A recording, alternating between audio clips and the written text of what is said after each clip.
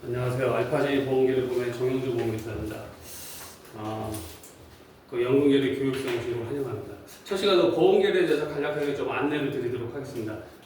보험계리의 뜻을 두고 보험계리를 공부하고 있지만 실질적으로 회사에 가면 뭐가 이루어지고 그런 걸 잘 모르는 부분들이 있을 거예요. 여기 다 군대 갔다 왔겠지만 나도 맨 처음에 군대 갈 때 2등병, 1병, 3병 병장을 모르고 와서 그냥 2등병하고 이런 게 있다. 그리고 1병이 제일 꼴찌인 줄 알았어. 가서 보니까 2등병이 꼴찌고 1병이 그 다음 위도만. 그러니까 그런 부분들. 회사 갔는데 직급 얘기하는데 잘 못 알아듣겠더라고. 맨 처음에 갔는데. 그런 부분도 좀 얘기를 해줄게요. 우리 회사는 알파제이 보험계리 법인이고 금융감독원에 등록된 보험계리 업자예요. 금융감독원에 5인 이상 계리사를 두고 금융감독원에 등록을 해야만 상품 검증 등 그 보험업법에 의한 업무를 다 수행할 수 있어요. 그렇지 않은 회사는 그 업무를 수행할 수가 없어요. 그래서 우리 회사의 주로는 종업원급여 계리평가 서비스 여기에 주고, 그 다음에 보험 상품하고 위험률 개발 및 검증도 시작을 했어요. 시작을 해서 지금 아직 첫 발을 떼었다고 할 수 있는데 여튼 메인은 아니고, 그 다음에 책임적인 적정성 검증을 아직 할 사람이 없어요. 저 부분은 내 친구놈 중에 흥국생명에 다니던 놈인데 그놈 데려다 할까 지금 생각을 하고 있어요. 이 부분도 워낙 레드오션이 돼가지고 보험계사 회에서도 지금 이슈가 좀 되고 있어요. 그다음 우리 태종 연금계리 시스템 개발 및 판매하고 있고 IPS 퇴직급여 태종원에서 장기적 컨설팅 등도 하고 있습니다. 다 종업원급여와 관련된 퇴직연금제도와 관련된 일을 하고 있다. 보면 돼요. 나에 대해서 간략하게 말씀드리면은 미래세생계 사례계사 짧게 했었고, 그다음 보험계사 시험에 연금수락 출제로 14, 18, 29, 20년 들어갔고, 내가 21년도에 명퇴하고 나면 이 회사를 차리면서 그 이후로 못 들어갔어요. 연금수락 책 썼고, 그다음 나는 맨 처음에 한국생명 예전 저게 현대생명으로 바뀌었는데 저기에서 상품 개발로 시작해가지고 하나생명에서 퇴직연금 하면서 퇴직과 상품 왔다 갔다 하긴 했는데 주로 퇴직연금 쪽에서 다 했어요. 다닌 회사가 보면은 하나생명, 하나선보, 하나생명, 그 다음에 미래세증권, 미래생명, 그래서 하나하고 미래만 다녔어요. 공부는 하시는데 아마 생명보험과 손해보험에 대해서 자세하게 아시는지 모르겠는데 이 부분도 한번 짚고 넘어가는 게, 내가 왜 그러냐면 내가 최초 한국생명 들어갈 때 대표이사 면접 때 대표이사님 이걸 물어봤어요. 생명보험과 손해보험이 뭔지. 그래서 여러분들도 혹시나 해가지고, 생명보험은 생과 사를 다루는 거예요. 생과 사. 생은 뭐야? 생을 다루는 건 연금, 사를 다루는 건 종신보험, 죽었을 때 정기보험. 그래서 요 두 개 합친 게 양로보험이라고. 양로보험. 생과 사를 다 다루는 거. 그 다음에 손해보험은 손해를 보상하는 거. 아주 간단하게 말에 나와 있죠. 그게 아시는 것처럼 화재보험, 자동차보험, 배상책임보험. 요 부분이 손해보험. 그러니까 실손을 보상한다. 손해보험은. 그 다음에 생손보가 겸용하는 보험인데 상해보험, 질병보험, 간병보험이 있고, 그 중에 하나 또 여러분이 알고 있는 실손의료보험. 요거는 생손보가 다 같이 하고, 그 다음 이제 퇴직연금보험. 퇴직연금보험은 생명보험과 손해보험도 하지만 은행증권도 다 해요. 전원권이 다 합니다. 그 다음 보험 쪽에 좀 특이한 게 언더라이팅 부서가 있고, 보험금 심사, 보험 사기 조사, 보험감독, 간독을 하는데, 저게 있는 이유가 언더라이팅이 있어야 그 균질의 위험 공동체가 조성이 돼서 역선택을 걸러내서 보험 사업이 영위될 수 있게 하는 역할을 해요. 그다음 보험금 심사 쪽은 우리가 수리적으로 산출된 값들에 대해서 논쟁이 있을 수 있어요. 그 논쟁이 있는 부분에 대해서 보험금 심사 쪽에서 보험을 이제 산정한다고 해야 되나? 그래서 이 보험금 심사 쪽이 중요한 게 보험 경영의 안정성을 도모하는 측면도 있고, 가입자들이 보험사고 당하신 분들이 이제 보험금 수령에 대해서 좀 적절하게 될 수 있는 그런 역할을 한다고 보면 돼요. 일단 보험 사기 조사는 우리 보험 매달 배우면 알겠지만 역선택이 있다고 그러잖아요. 역선택 그거 중요합니다. 역선택이 있어가지고 그 역선택을 방지하기 위한 게 제도적으로 언더라이팅도 있고 보험금 심사도 있지만, 저것만으로 다 걸러지지 않기 때문에 실제 사고가 나면 이제 조사를 하는 게 보험 사기 조사예요. 저기 보험 사기 조사팀에는 경찰도 있고 간호사나 이런 쪽에 이제 의료 쪽에 계신 분들도 있고 다양한 분들이 존재합니다. 그 다음에 이 보험은 보험감독원에서 이 계약자 보호도 해야 돼요. 계약자분들이 보험을 잘 모르잖아요. 여러분들도 이거 공부하니까 아직 공부하기 전에 보험 안 하세요? 나도 몰랐는데 모르다 보니까 이 계약자를 보호를 해야 돼서 보험료는 적정하게 내보는지 보험은 제대로 받고 있는지 그런 거에 대한 거를 다듬어주고 그 다음에 보험 경영이 안정하게 돌아갈 수 있도록 보험사가 파산하지 않도록 관리 감독을 해요. 상품이라든가 모든 측면에서 다. 현재 우리나라의 보험계약서를 보면은 2020년 5월 4일 현재 보험 계리사 회에 들어가면 나와요. 약 한 2,300명의 정회원이 되고 있고 2000년대 이후부터 좀 많이 뽑기 시작했어요. 그러면서 2014년도에 시험제도가 개편되고 문재인 정부 때부터 해가지고 그 청년 취업 그것 때문에 자격증 그 합격자 수를 늘려라 그래 한 150명대까지 늘렸는데 요즘에는 또 얼마까지 뽑는지 모르겠어요. 또 100명은 넘게 뽑는 걸로 알고 있어요.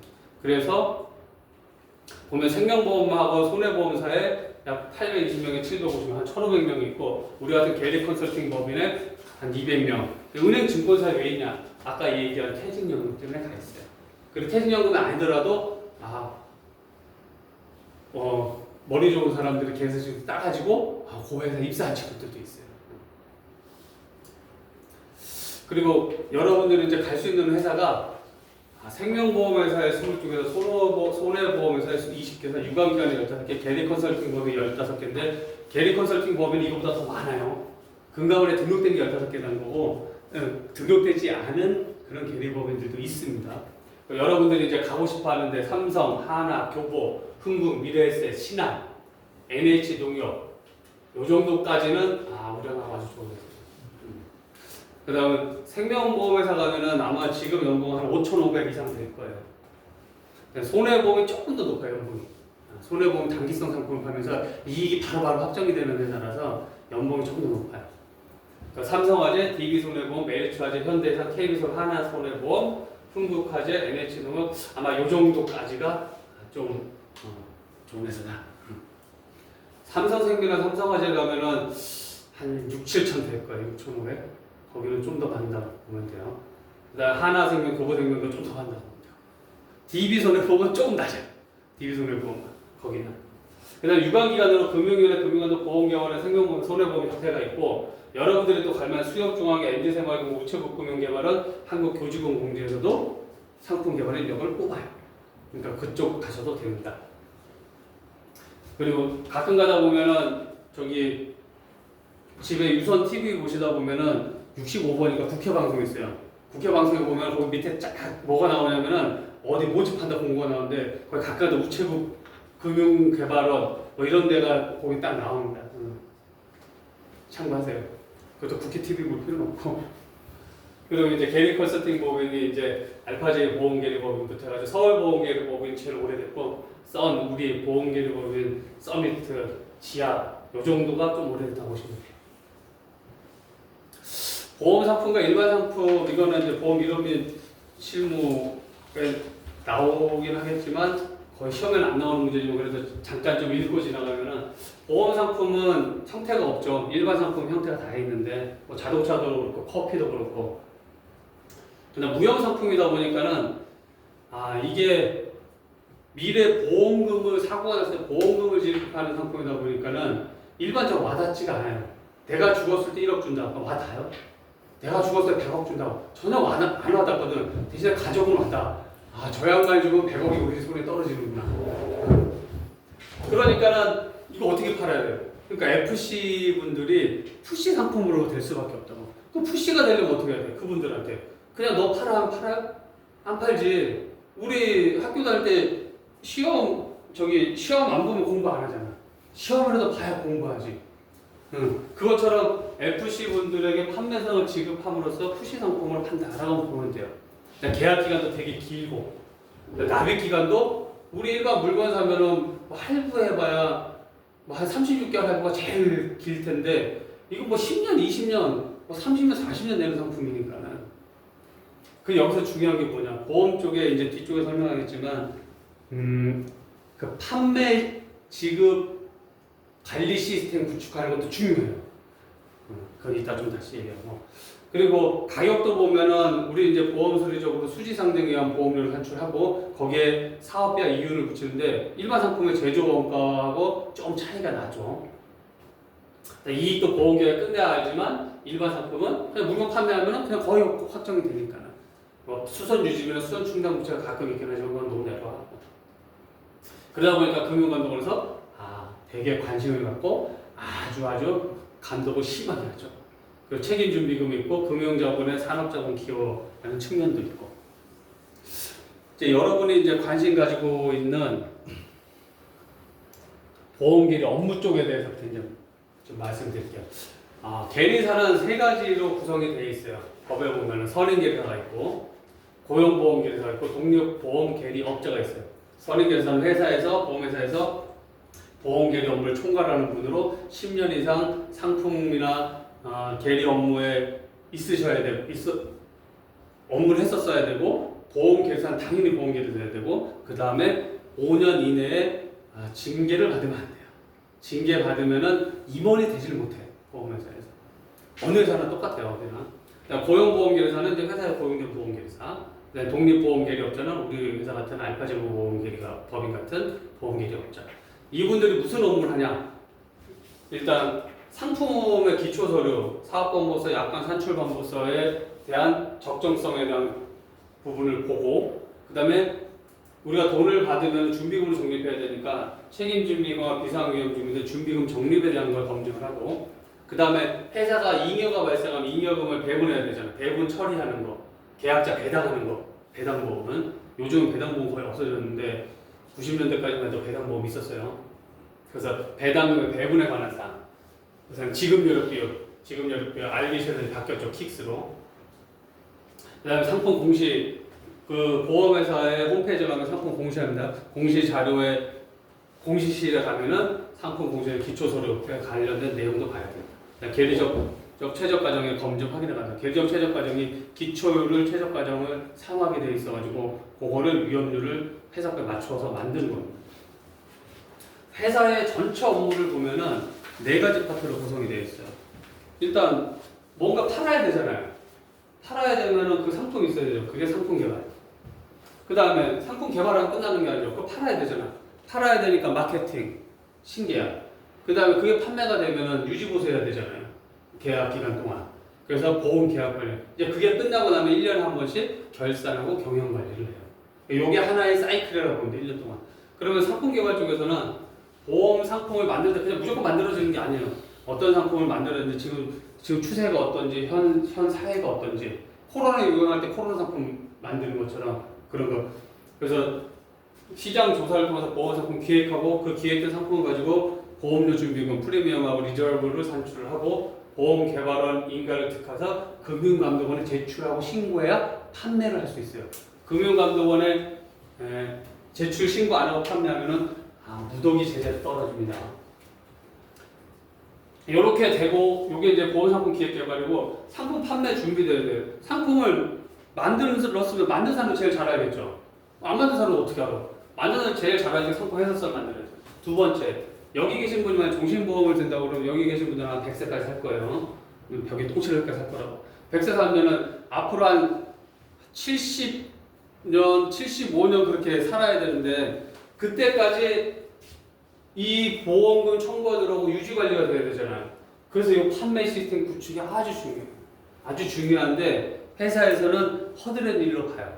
이쪽에서는 약간 허드렛 일로 봐가지고 다들 좀 비선호하지. 나도 하나생명 했을 때 내가 막 뭐 하니까는 이제 일 잘하는 사람 시켜요. 못하는 사람 안 시켜요. 이거 중요한 시스템이 이거 죽이고 이 70년 동안 지금 가야 되는데 이 종신보험 가입하면은 나보고 이거 하라고 그러면서 아유 저 싫다고 그러면서 상품 개발 쪽 어떻게 했냐고 그쪽에 있었지. 그 다음에 이제 이게 다 끝나고 나면 이제 마케팅 기획을 해요. 그래서 FC 분들을 교육해야 돼요. FC 분들은 상품 모르잖아요. 교육해야 되니까는 마케팅 포인트도 잡고 어떻게 파는지 상품 특성도 만들고 해설서라는 걸 만들어요. 나중에 내가 기회가 되면 우리 옛날에 내가 만들었던 해설서 한번 보여줄게. 그 다음에 수당, 아주 중요한 거 수당. FC 수상조에 판매를 하니까. 그 다음에 이제 이 기획이 끝나면 이제 실제 판매가 그러는데 FC 분들 상품 판매 무조건 다 그 얘가 받냐? 안 받아요. 왜냐면 거기 역선택인 것도 있고 위협의 동질성도 구성해야 되다 보니까는 간호사분들이 주로 언더라이팅을 수행해요. 큰 회사들은 간호사분들이나 의사들이 있어요. 사내에. 검진센터도 있습니다. 하나생명도 20몇 층에 가면 있어요. 검진센터하고. 거기 가서 저기 검진 계약은 거기 가서 검진을 통과해야만 보험 가입할 수 있어요. 동질위험을 구성하면서 언더라이팅을 실시한다. 여기서 이제 4차가 발생하고 수당에서 B차가 발생하고 이제 이게 다 끝나면 신계약이 끝나면 이제 계약 관리로 넘어요. 계약 관리하면 계약자 정보 변경인데 대체 저기 뭐가 변경되냐 그러는데 아까 얘기했죠. 종신보험 70년 동안 해야 되는데 이 사람 한 집에서 계속 살아요? 나도 이사 되게 많이 했거든. 힘들게. 그런 이사도 많이 가지만 옛날에는 집 전화번호 하나가 있었지만 지금 핸드폰으로 바뀌었잖아요. 핸드폰 번호 혹시 한 70년 동안 계속 쓸 사람? 계속 쓰는 상관없는데 혹시나 변경해도 그거 다 바꿔줘야 되거든. 그 다음에 보험 계약도 변경이 가능해요. 보험기간, 납입기간에 따라서. 그런데 다 정산해. 그게 어디 나와 있냐? 이 정산하는 시기, 보험료의 책임준비금 산출방법에 다 나옵니다.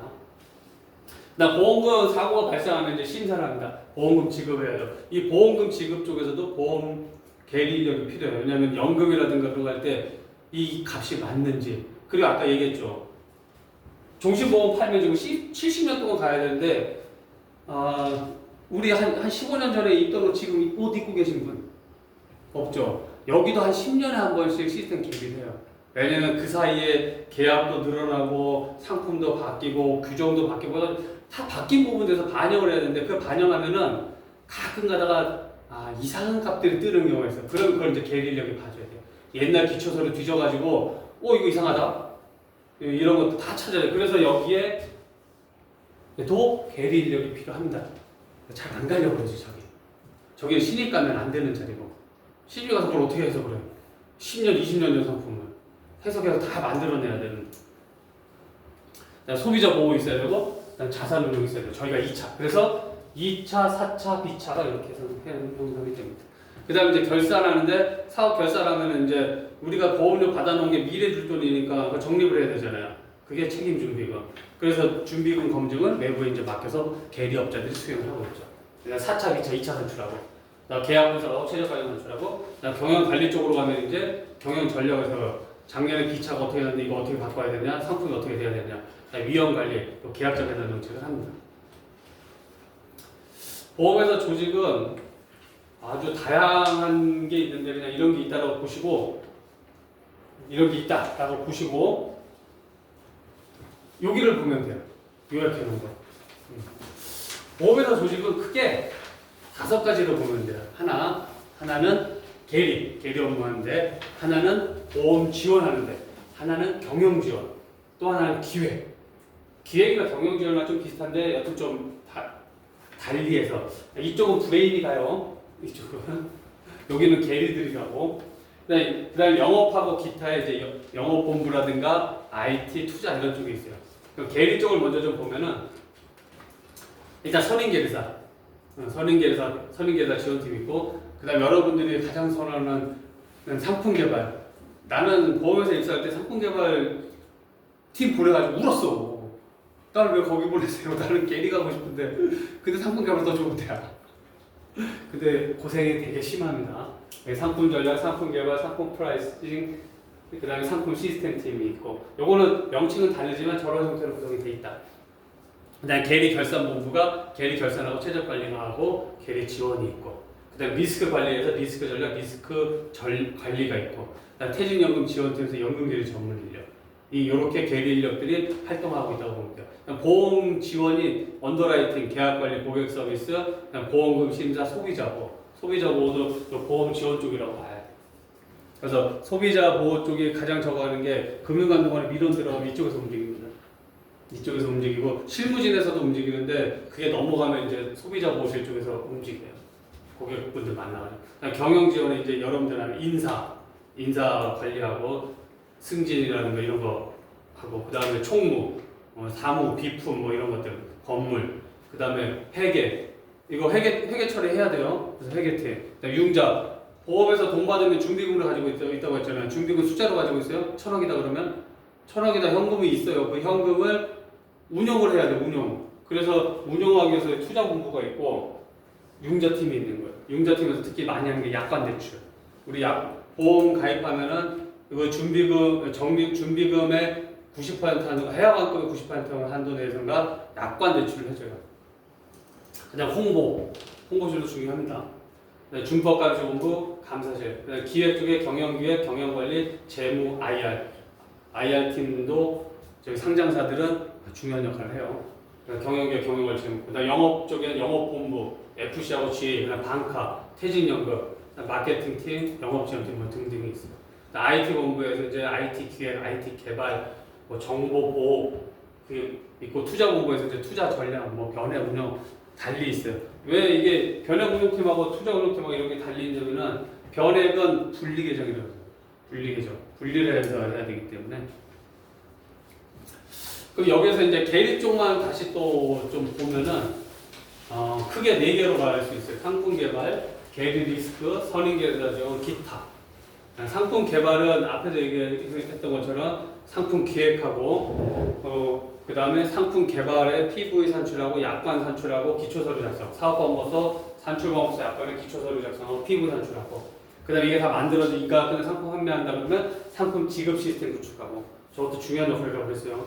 허드렛 일이긴 한데 계리 리스크는 이제 결산하는 준비금, 이익이익을 산출해야 되고 그 다음 최적 과정 이 최적 과정 작성이 돼야 이쪽으로 넘어와요. 이쪽으로 서로 왔다 갔다 쓰니까 그 다음에 AL은 리스크 쪽에서 리스크 측정하고 부채와 자산 관리하는 ALN까지 합니다. 선인계사 지원은 이쪽하고 이쪽을 다 보는 데요. 상품 개발에 대해서 보험계획 업무 전반에 대해서 상품 개발의 기초서류라든가 PV를 이쪽에서도 봅니다. 그 다음에 뭐 이익잉여금이라든가 준비금도 이쪽에서 봐요.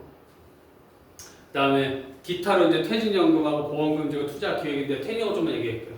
퇴직연금은 퇴직연금 계리가 있는데 이 확정급여형 퇴직연금제도 운영하려면은 보험 계리 사면서 1년 이상 보험 계리 업무를 해야 되고 그 다음에 그 연금 계리 관련돼서 교육을 들어야 돼요. 그 3가지 조건이 되는 사람이 연금 계리 전문 인력이 되고 그 사람이 반드시 1명 이상 있어요. 그래서 은행 증권에서 전력이 때문에 반드시 필요하고 그래서 보통 2명, 3명을 있어요. 1명 있는 데는 회사는 거의 없어요. 1명 있는 회사는 그 친구가 만약에 그만두면은 다음 분기 안에 그걸 맞춰야 돼요. 다음 분기 안에 못 맞추면은 법상으로는 사업자 박탈이에요. 사업자 박탈한다고. 근데 다시 따긴 되게 힘들어요. 근데 이제 유예를 달라고 해. 지금 우리 모집하고 있으니까 3개월 더 달라. 그냥 바로 안 뽑히거든. 저기 일반적인 회사에서는 사람 1명 뽑으려면 한 몇 달 걸려요, 몇 달. 일단 위에 결제 타는데 한 달 걸리고, 그 다음에 공고내에서 뭐 그런 것도 거의 한 달, 그 다음에 면접 보고 뭐 그게 또 한 달, 한 석 달 넘게 걸립니다. 석 달 넘게. 그래서 바로바로 인력을 채우면 안 되기 때문에. 그럼 이제 여기에서 이제 여러분들은 어디 가야 되느냐? 자, 나는 어떤 현상을 보고서 저 현상을 분석해가지고 그거에 어떤 결론을 도출해내고 수리적으로 어떤 산출식을 만들 POC도 방법도 만약에 내가 이런 개념인데 산출식 만들어봐 이럴 수도 있어요. 그런 거 잘한다. 그럼 상품 개발. 그럼 상품 개발 같아요. 스트레스 엄청나게 받아요. 왜냐면 새로운 거 만들어야 되니까. 그리고 그 약관도 작성을 해야 돼. 상품 개발 쪽에서. 약관 작성해야 되니까 약관에 법리적인 문구가 있어가지고 그런 쪽도 좀 논리적도 좀 있어야 돼요. 물론 기본적인 폼은 다 있는데 새로운 것들이 들어 거기에 맞춰 다 바꿔줘야 돼요. 그리고 이쪽이 진입장벽이 높아요. 왜냐면 기존의 히스토리도 있고 하다 보니까 그걸 다 알아야 되거든. 그래서 신입으로 들어가는 건 상관이 없는데 근데 다른 거 계리나 퇴직연금 하다가 상품 개발한다. 되게 힘들어요. 그것도 뭐 사원 1, 2년 차 때 가면은 사원이니까 나 선배님 알려준 사람이 알려주는데 뭐 과장 달고 갔다. 개무시다, 개무시. 모르면 개무시다. 그 다음에 계리 리스크는 난 그런 거 잘 모르겠고 누가 만들어주면 잘할 것 같아 나는. 누가 만들어준 거 이거 갖다가 뭐 이해하고 아 그래? 그럼 이렇게 만들어 숫자에 대한 이해가 또 좀 빨라요. 탁 보면 숫자가 이건 좀 이상한데?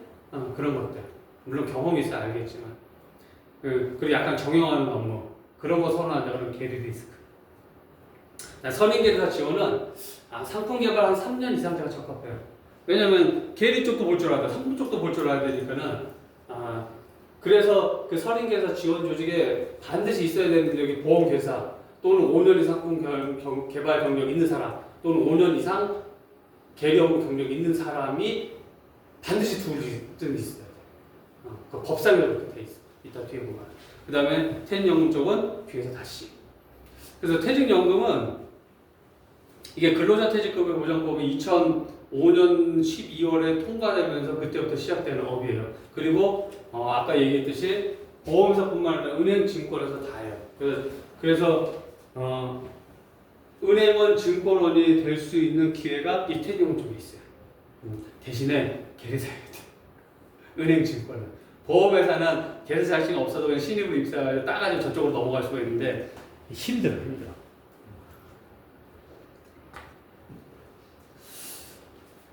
그래서 근로자 퇴직급여 보장법에서 퇴직금을 지급하라고 돼 있고 그 퇴직금은 1년 근속당 30일 평균 임금 이상을 지급하라고 돼 있는데 그 회사는 지급 의무가 있기 때문에 지급 의무가 있다는 얘기는 부채예요. 과거 거래나 사건의 결과로서 미래 경제적 효익의 유출이 예상되고 그 경제적 효익 금액을 예측할 수 있을 때 부채로 인식을 하고 있어요. 그래서 부채로 인식해야 돼요. 그래서 회계처리를 해야 돼서 그게 KIFRS 1019. 원래 IFRS 19인데 그걸 우리나라 걸로 변환하면서 일부 채택이 안 된 것들이 있어요. 그래서 K가 앞에 붙은 거고 10이 앞에 붙은 거예요. 원래는 IFRS 19호예요. 그래서 이제 우리나라로 보면서 KIFRS 1019호. 그 다음에 저 회계 처리에 부채를 산정하려고 하니까 뭐 땅따먹기 하듯이 산정하면 안 되니까 어떻게 산정해야 된다? 그게 밸류에이션, 재정 방식이 되는 거예요. 그 다음에 근로자는 수령 의무가 있는데 모든 돈에는 세금이 붙어요. 세금이 붙으니까는 인출해야 되잖아요. IRP 인출하면 이제 세금 문제를 봐야 돼요. 세제. 그 다음에 일시금으로 받으면 문제가 없는데 만약에 일시금이 1,000만 원이면 연금으로 1,200만 원 받을 수 있다. 그럼 연금으로 선택하는 게 나을 수도 있겠죠. 물론 현재 가치 금액은 또 다른 얘기긴 한데 그래서 연금 지급 옵션이 나와요. 이게 2차 시험 과목이 돼 있는 거예요. 그래서 연금 수리 쪽에. 그 다음에 연금 계리는 이제 부담금 산출하고 재정 검증을 해야 돼. 그게 연금 계리 전문 인력이어야 돼. 보험계에서 1년 이상 연금 계리 교육 이수한 사람이 반드시 1명 이상 있어야 된다. 계리 평가 보고서 업무도 하는데 1019호에 대해서 계리에서 산정한다. 이 2012년까지는 무료였어요. 무료였는데 이게 특별이익이라고 그래가지고 2013년부터 유료가 돼서 그때부터 돈을 받고 하고 있어요. 그 다음에 이 KIFRS 1019호 계리 평가 보고서는 하나 상품 개발이나 리스크는 외부 인력을 상대를 안 해요. 다 내부의 직원을 산이 내 고객이라고. 저기 언더라이팅 부서가 내 고객 또는 마케팅 팀이 내 고객. 직접적으로 FC 만날 일도 거의 없어요. 그런 일은 거의 없어. 만나더라도 지점장분들의 FC 분들을 관리하니까 그분들 내부가 내 고객인데 퇴직연금 쪽은 내 고객이 달라요. 그 영업인력은 아닌데 단체 담당자 또는 감사의 회계사 이런 사람들이 내 고객이에요. 그래서 이쪽 하려고 하면 회계사하고 얘기를 해야 되기 때문에 그래서 회계도 잘 아셔야 된다는 게 또 그거 하나예요. 회계 여기 있잖아요. 회계 처리해야 됩니다. 그래서 회계 쪽도 좀 알아야 저쪽하고 얘기가 돼요. 특히 원가 관리의 그 표준 원가 방식 그것도 알아야 되고. 기타로 퇴직연금 쪽에 있는 계리사는 퇴직연금 보험 상품도 기획 개발해야 돼요. 지금 현재 시중에 팔고 있는 GIC하고 이율구조명하고 금리연동 연금전환 특약 내가 2005년도에 하나생명에서 다 만들어서 뿌리고 온 거야. 그때 작업반에 해가지고 제도도 컨설팅하고 IPS가 AL 컨설팅도 진행합니다. 저건 무슨 용어 모르려도 되니까 넘어가도록 하겠습니다. 계리 법인은 그 금감원에 등록된 보험계리업자로서 원수사의 계리 업무를 보조하는 사람들이라고 보면 돼요. 보조하는데 공짜 안 해줘. 돈 받고 해요. 돈 받고 하고 이제 상품 개발 기초 서류라든가 준비금, 킥스, IFRS 17, 종업원금 계리 평가 등등을 해요. 그러면은 계리 법인의 원수하면 여러분들 많이 들어봤을 때는 계리 법인 잘 모르고 계리 법인은 일단 직원이 두 그루예요. 시니어 직원이 있고 주니어 직원이 있어요. 중간 직원들은 왜 없냐? 중간 직원들은 다 원수사 있어, 원수사 있고 중간 직원들 중에 우리 회사처럼 이렇게 나와 있는 사람이 있어요. 이제 그런 분들은 왜 있냐? 워라밸이라든가 또는 개인적인 사정 때문에. 그래서 계리 법에는 주로 시니어와 주니어가 있다. 그럼 시니어 역할은 뭐냐? 시니어 분들은 원수사에서 있다 나오신 분들, 그러니까 한 50 넘었겠죠. 그분들은 영어, 원수사 가서 이제 계약 따오는 영어, 그분들. 그러니까 주니어는 뭐 하냐? 계약 따서 그 일해야 되잖아. 누가 해요? 주니어가 해야지. 나이 50이 넘어가신 분이 막 엑셀 두드리고 되게 힘들어해요. 되게 힘들어한다고. 그러면 이제 그 셀러리라든가 이제 그게 궁금할 텐데 원수사 대비 보험계리 이쪽이 한 60, 70% 한다 생각돼요. 왜냐면 원수사에 그래서 아주 뽀다구 나는 일, 돈 많이 버는 일, 쉬운 일이 있고 좀 힘들고 귀찮고 돈 조금 버는 일이 있어요. 그러면 본인들이 원수사에서 무슨 일을 줄 것 같아요? 전자, 후자. 후자 주지. 당연히 후자 주지. 전자를 왜 줘? 그러니까는 업무도 좀 힘들고 돈도 좀 적고 그 다음에 이게 또 기간이 딱 맞춰져 있어. 원수사도 기간이 맞춰져 있고 특히 상품 개발은 이 기간이 딱 맞춰서 예를 들면은 지금이 이제 6월 말이잖아요. 반개 또 상품이 나가. 그러면은 7월 1일 판매 개시를 딱 해가지고 그 일정이 되더라 이제 이렇게 역산돼서 이제 상품 개발 일정이 짜여지다 보니까 되게 타이트해. 거기에 검증까지 오면 이제 우리 쪽에서는 하루 이틀 만에 다 줘야 돼. 하루 이틀 만에 벌써 줄 게 아닌데. 그러면은 그 주니어 분들은 그러면은 우리 쪽에 어떤 분들이 주로 이제 오시냐? 당연히 원서 가신 분들은 가요. 경력이 있으신 분들은 가고 이쪽에 와서 이제 그 원수사에 입성하기 위한 준비 기간으로 와가지고 하면서 그 실무도 배우고 그리고 여기 있으면서 증 따서 바로 원수사로 가는 경우도 있고 그리고 증이 없어도 일 잘하면은 이제 원수사하고 가끔 일할 때가 있거든. 가끔이 아니라 우리는 고객이 원수사가 거의 없지만 이제 상품 개발 쪽은 원수사하고 일을 해요. 그럼 그쪽하고 이렇게 일하다 보면은 일 잘하면은 뭐라고 해? 우리 쪽에 경력으로 오라고. 그럼 경력으로 오면은 신입은 뽑는데 신입 공채가 따로 있지만 경력은 수시로 뽑거든. 그러면은 경력으로 뽑아줄 테니까 오라고. 그럼 그거 별도로 다 별도. 대신 이제 경력의 문제가 뭐냐면은 신입은 이제 공채로 갔으니까 얘는 이렇게 공채로 가면 다 친구야. 그럼 내가 뭐 필요할 때 얘기하면 다 통하거든. 근데 경력으로 내가 딱 갔어. 학교로 얘기하면은 편입생. 친해? 누가 편입했는지 모르잖아. 같이 일하다 보면 알잖아. 저 사람은. 처음 보면 물어봐. 홍보도 처음 보면 누구예요? 모르세요. 맞아요. 그렇게 돼요. 그래서 가면은 되게 좀 고생해야 돼. 가서 사람들하고도 적응해야 되고 업무 시스템 다. 그리고 가면 또 테스트 한다고 해서 이것저것 일도 많이 주고 많이 하니까. 그래서 공채로 가면은 좋은데 경력으로 가면은 많이 힘들어. 그래서 웬만한 원수사 있는 게 나도 이렇게 돌아보니까는 한국생명이 제일 좋았고 그 다음에 하나, 그 다음에 미래. 하나생명 미래에셋증권 거기가 나아가였어. 그 다음에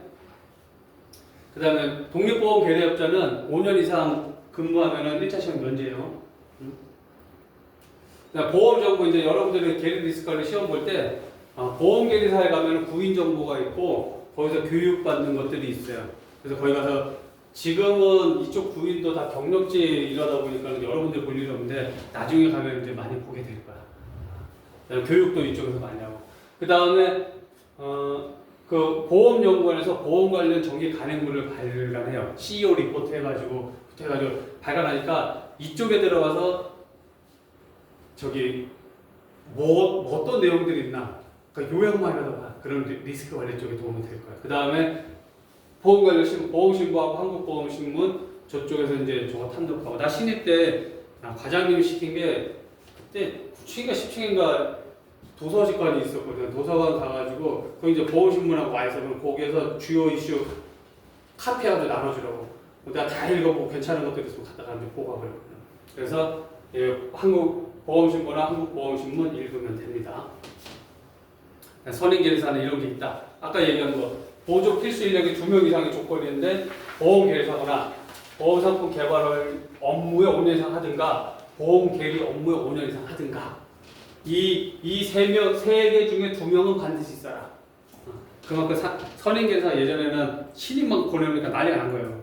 제대로 검증도 안 되고. 그래서 이 문구가 들어온 거예요. 궁금하신 사항, 질문.